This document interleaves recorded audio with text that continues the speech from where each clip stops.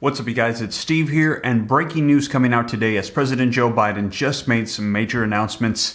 This is your breaking news and stimulus update. Now, first up, you guys, take a look happening right now. White House holds a press briefing for reporters. Watch live, and we're hearing that Biden says that Russia is beginning an invasion on Ukraine, and he unveils sanctions on Moscow. I'm going to be sharing with you the actual video footage so you can hear it for yourself, what the president is saying about Russia attacking Ukraine and what is unfolding. Now, in addition to that, we've heard that President Biden still believes that his Build Back Better agenda will help alleviate rising inflation, that he is going to pass it, and they're going to have it done, we're hearing, by March. We will see. I'll keep you up to date, but I'm going to give you the latest updates on that. And also, we've had varying opinions I've shared with you in previous videos about whether or not there needs to be more stimulus, a Build Back Better bill, and what it will do with inflation. As we're hearing Democrats and the president saying it's going to alleviate inflation, as I'm going to be sharing with you. However, we also are hearing from Republicans and more conservative individuals like Joe Manchin that are saying, no, if we pass more, it's going to cause more debt and more inflation, and we're in the situation we are right now with the 40-year high because we've already done too much spending.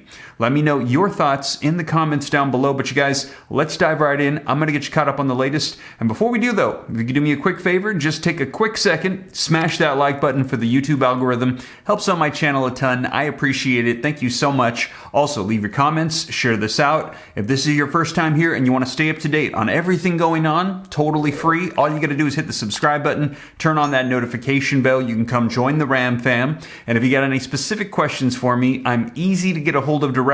All you got to do is hop onto Instagram and shoot me a DM at SteveRam3. But with that being said, you guys, let's go ahead and dive right in, and let's start off with this breaking news of what President Joe Biden just announced on new sanctions against Russia due to the invasion on Ukraine. Let's take a look. Over the last few months, we've coordinated closely with our NATO allies and partners in Europe and around the world to prepare that response. We've said all along, and I've told Putin to his face more than a month ago, that we would act together. And the moment Russia moved against Ukraine, Russia has now undeniably moved against Ukraine by declaring these independent states. So today, I'm announcing the first tranche of sanctions to impose costs on Russia in response to their actions yesterday. These have been closely coordinated with our allies and partners, and will continue to escalate sanctions if Russia escalates. We're implementing full blocking sanctions on two large Russian financial institutions, VEB and their military bank. We're implementing comprehensive sanctions on Russian sovereign debt. That means we've cut off Russia's government from Western financing. It can no longer raise money from the West and cannot trade in its new debt on our markets or European markets either. Starting tomorrow and continuing in the days ahead, we'll also impose sanctions on Russia's elites and their family members. They share in the corrupt gains of the Kremlin policies and should share in the pain as well.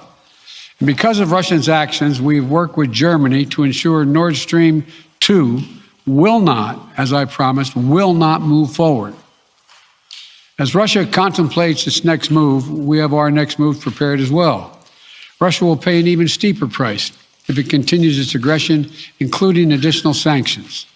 The United States will continue to provide defensive assistance to Ukraine in the meantime, and will continue to reinforce and reassure our NATO allies.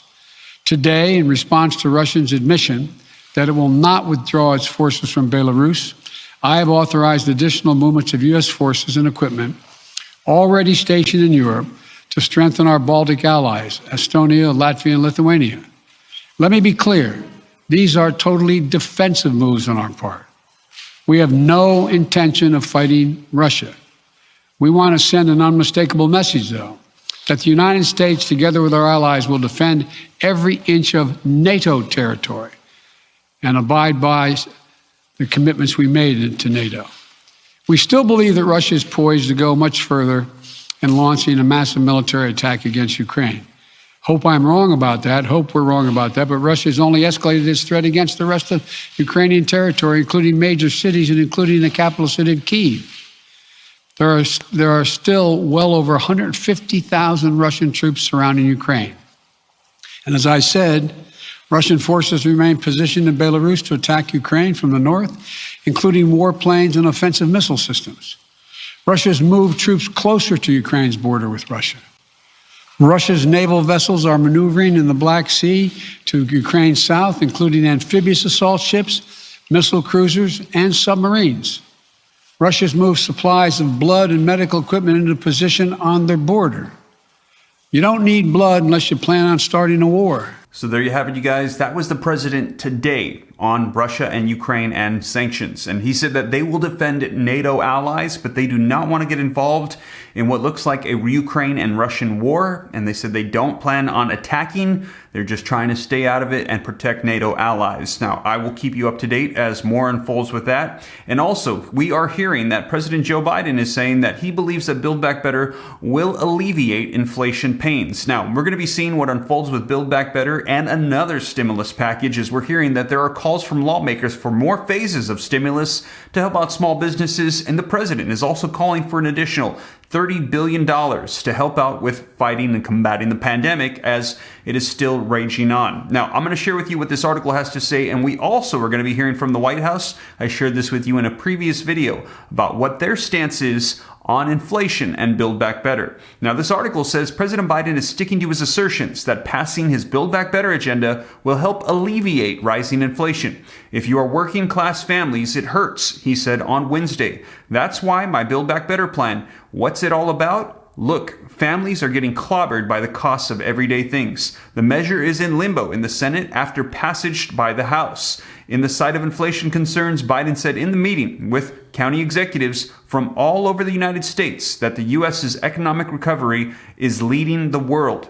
We had the strongest economic growth in 40 years. A 5.7% increase in GDP, and unemployment dropped more than any time in American history. Republicans are not as optimistic as they continue to blame Biden's administration and his leadership for causing the highest inflation rate in the country seen in the last 4 decades. They are certain that the higher costs are not a product of the natural EBB and flow of the economy. 40 and 276. Those are the numbers you really need to know, said Senator Todd Young of Indiana. It's a 40-year high in price inflation and $276 in additional expenditures for regular working families each month. Now, that's the average amount of Hoosier families and American families are having to pay on account of policy decisions. So they are not happy with some of the decisions that have been made by the administration, and they're saying that they are causing this massive inflation. Now, let me know your thoughts in the comments down below. However, we're hearing that they're saying Build Back Better is going to combat that. So they need to pass this. They're saying there's going to be tax increases and hikes.